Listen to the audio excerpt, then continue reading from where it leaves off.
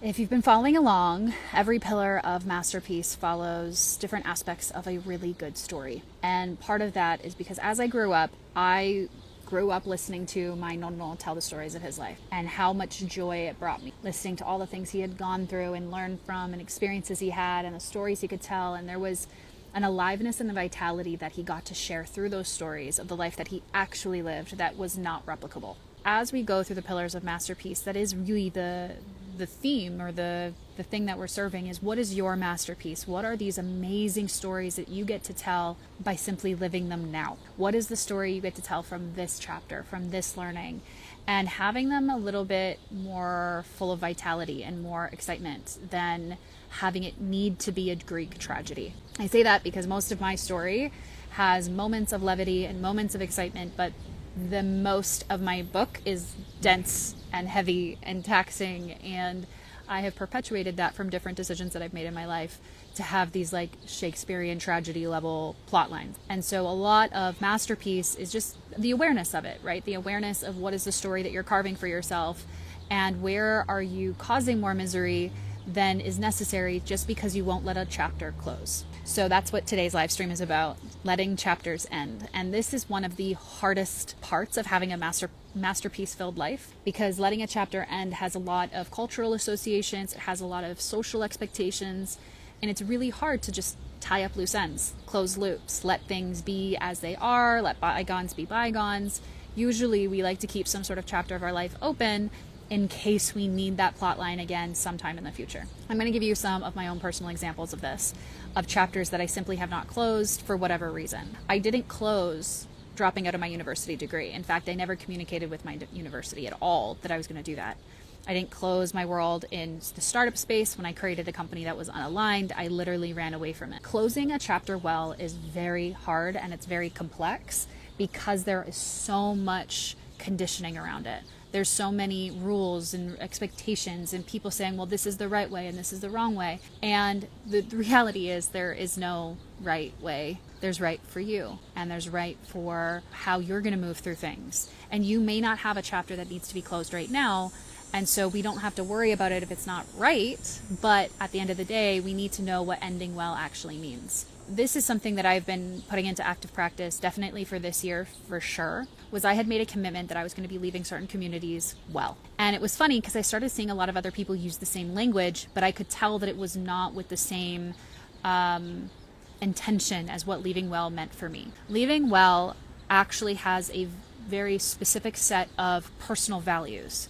So I want you to think about, okay, I'm leaving a job, or I'm leaving a relationship, or I'm ending a friendship, or I'm leaving an apartment. And I want you to consider what leaving well for you would be, because it's not the same as somebody else. And that's what makes it complex. See, when I left my job as an accountant at an auto group, I left it in a way that no one had ever heard of before, but I was really committed to leaving it well. And so at the time I was going through deep states of melancholy. I knew something had to change. I didn't know how, I didn't know where.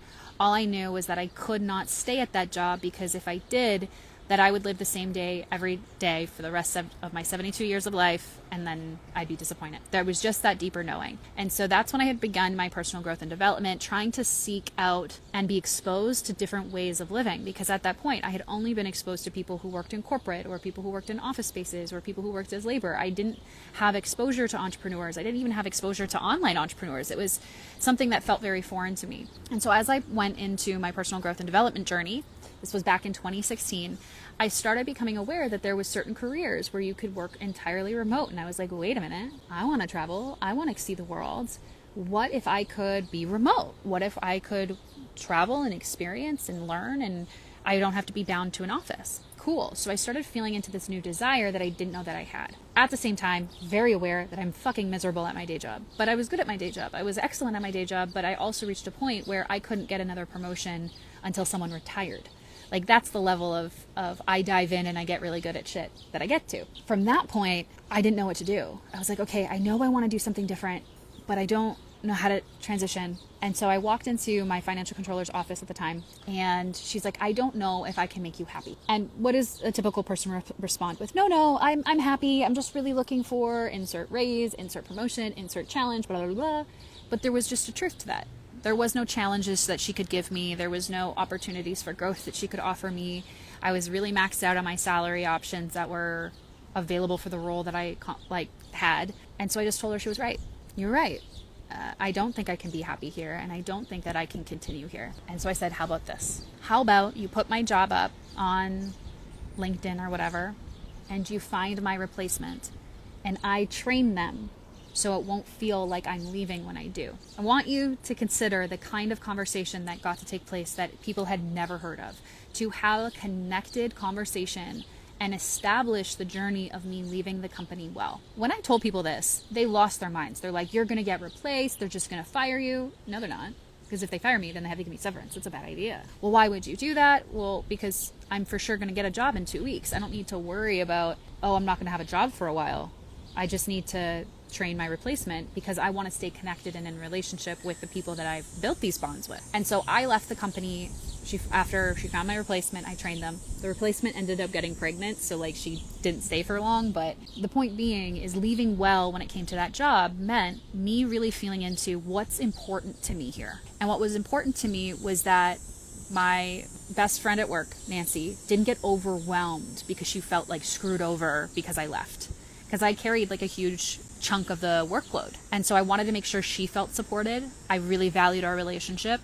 I also wanted to make sure that Katie was supported and that Sharon was supported, that these people that I created, these really powerful relationships, felt supported when I left. And so that's why I chose to leave that job the way that I did.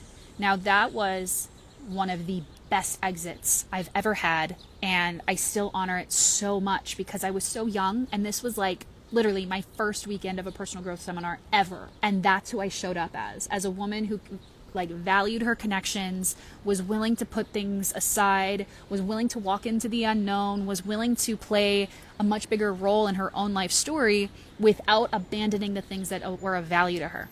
Great, beautiful, mwah, love it. But that is a pose that is, just because you do it once doesn't mean you get it all the time. It's actually very different every single time you need to exit a space. Every time you need to end a chapter, it is different. Ending one chapter is never the same as ending the next chapter. Chapters end differently every single time. And so ending my career as a financial controller, which was my next job, was hard. I tried to end the chapter 3 different times, but I lacked the backbone.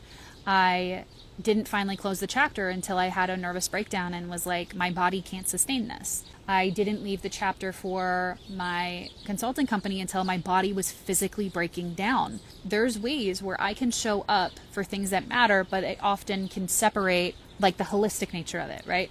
What am I sacrificing to be able to maintain this chapter that needed to be closed is the question that you end up having to ask yourself. This last January, I was exiting a lot of different communities, closing friendships that weren't true, and just letting go of a lot, right? Closing down programs, everything, closing down identities. There's a lot of chapters that are trying to get closed right now, and I don't know what's next. And I've been operating in this place of I can feel the next thing kind of, but it's not super clear because my body is still healing. My body is still calibrating. My body is still releasing a lot of the cortisol. My body is still responding. I kept coming back to, what does ending this chapter well look like for me? And basically all it was is ending this chapter means I don't have to block anyone on social media. That's it. That was all it was. It was if I don't get to a state of I've got to block this person, then I've left well.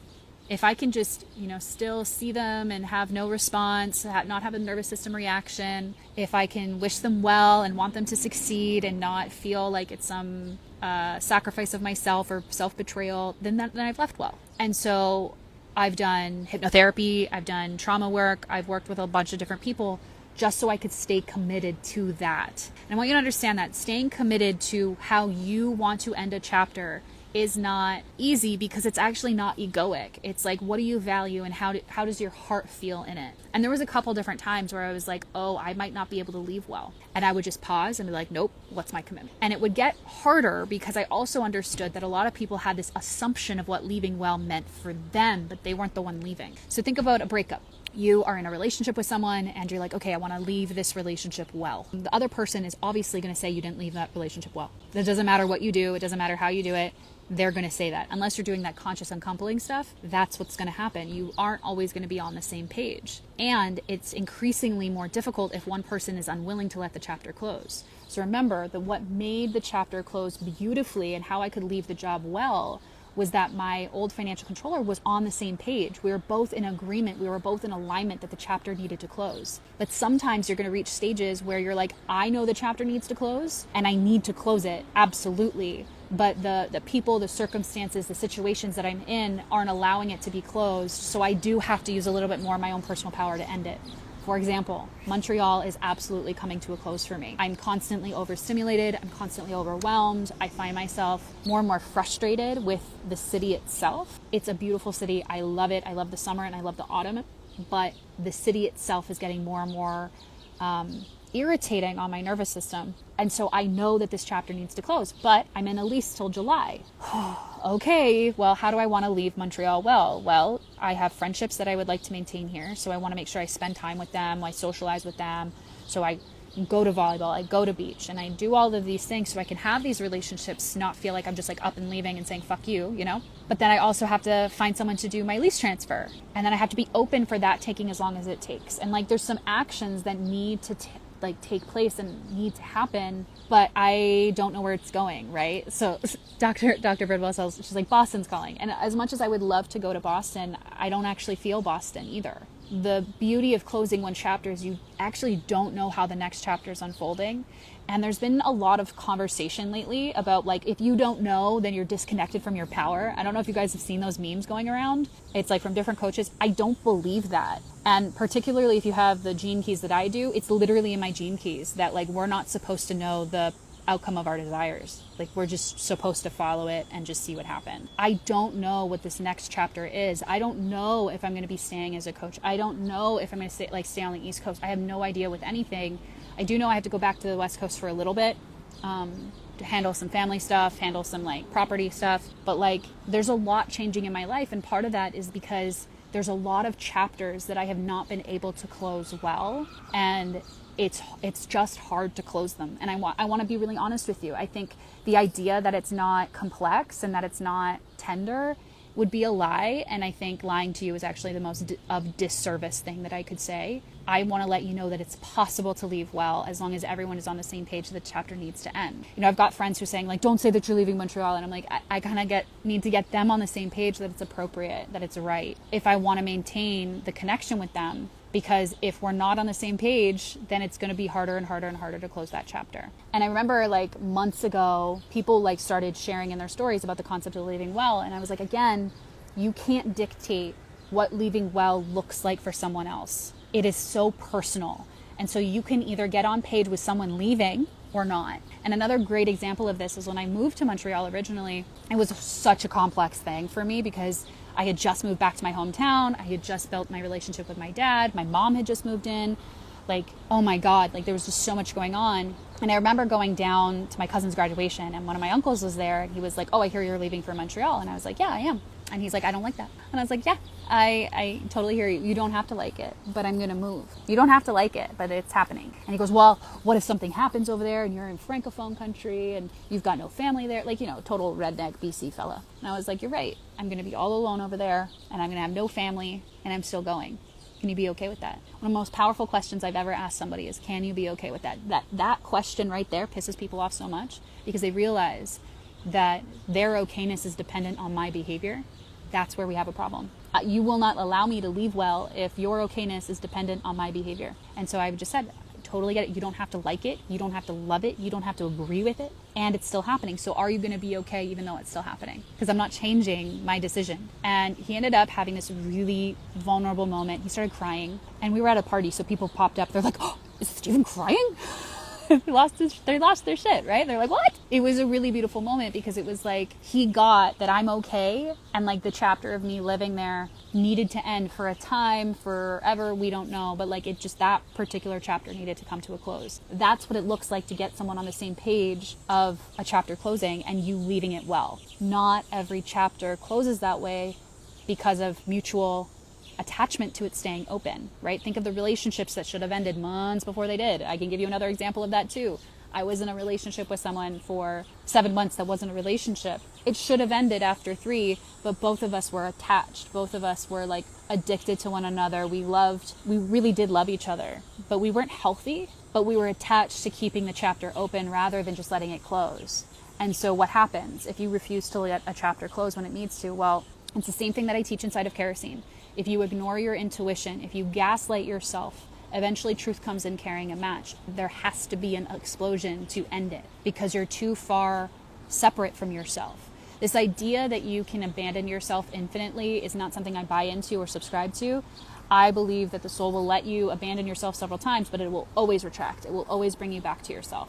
Whether that's through trauma or pain or whatever, it will always say, hey, come home. And you can always come home, which is the beautiful part of it. You can come into Kerosene if you want to learn more about that. But anyways, the point being, can you let the chapter close? And can you let people close their chapters with you? I don't have as many examples of people closing their chapters with me because I have been usually the one to end chapters, but it is a very weird scenario. My college boyfriend, he ended a chapter with me, and there was a brief stint where like we tried to get back together, and it was like, wait a minute, no, this is really wrong for both of us, and we were very clear. And that's the thing is like, when you care about the people around you, it's not really about you, it's about what's best for them. And that can be a really heartbreaking thing. Like what's best for them might be to leave. And can you just let them leave? Can you let them leave well in a way that maintains what's valuable to both of you? If the connection is more valuable than the truth of someone's journey, then that's a problem. It doesn't work. And so can you let yourself leave when a chapter needs to end? And can you do it well, which means integrity to your heart, not to others' expectations? And can you allow other people to leave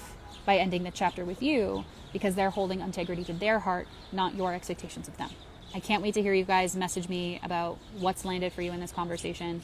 I'm in the plot twist of my own life story right now, and it's not clean and it's not pretty. And so when you are used to perfected frequencies and the masterpiece after it has been painted, then you're not going to revere the process of getting splatter on your face. You know, that's where I'm at right now. And so I've got a couple people in the container with me right now. We're going to have an amazing time creating this masterpiece of like getting shit on our face, you know, like getting in the reality of our own story and really participating in it fully. There's been so many times in my life where I have let others dictate the way that my story needed to go, despite that like internal feeling of what is needed. And this container is experimental. So if you are interested, I highly encourage you to send me a message. Just say, hey, I want to know about Masterpiece. I will send you the link that gives you all the details. The container itself is for 6 months, both private and group program. So you'll get a private call with me every month and a group call with the rest of the women in the program. We'll have a private chat.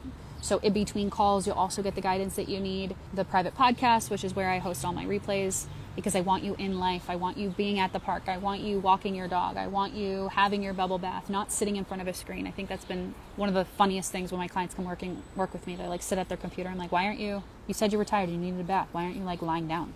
Yeah, if you're interested, join us. If you're looking for more like private handheld guidance, send me a message as well, because I'm moving over to private programs. So if you're not in Kerosene, if you're not in Masterpiece, there are going to be no other opportunities to work with me at a group level. That's what I know right now. That's what I know I need to be committed to, is just Kerosene, Masterpiece. That's it. And if you want a wait list for the next round, if there is a next round, message me about that too, okay? Otherwise, I will talk to you guys later.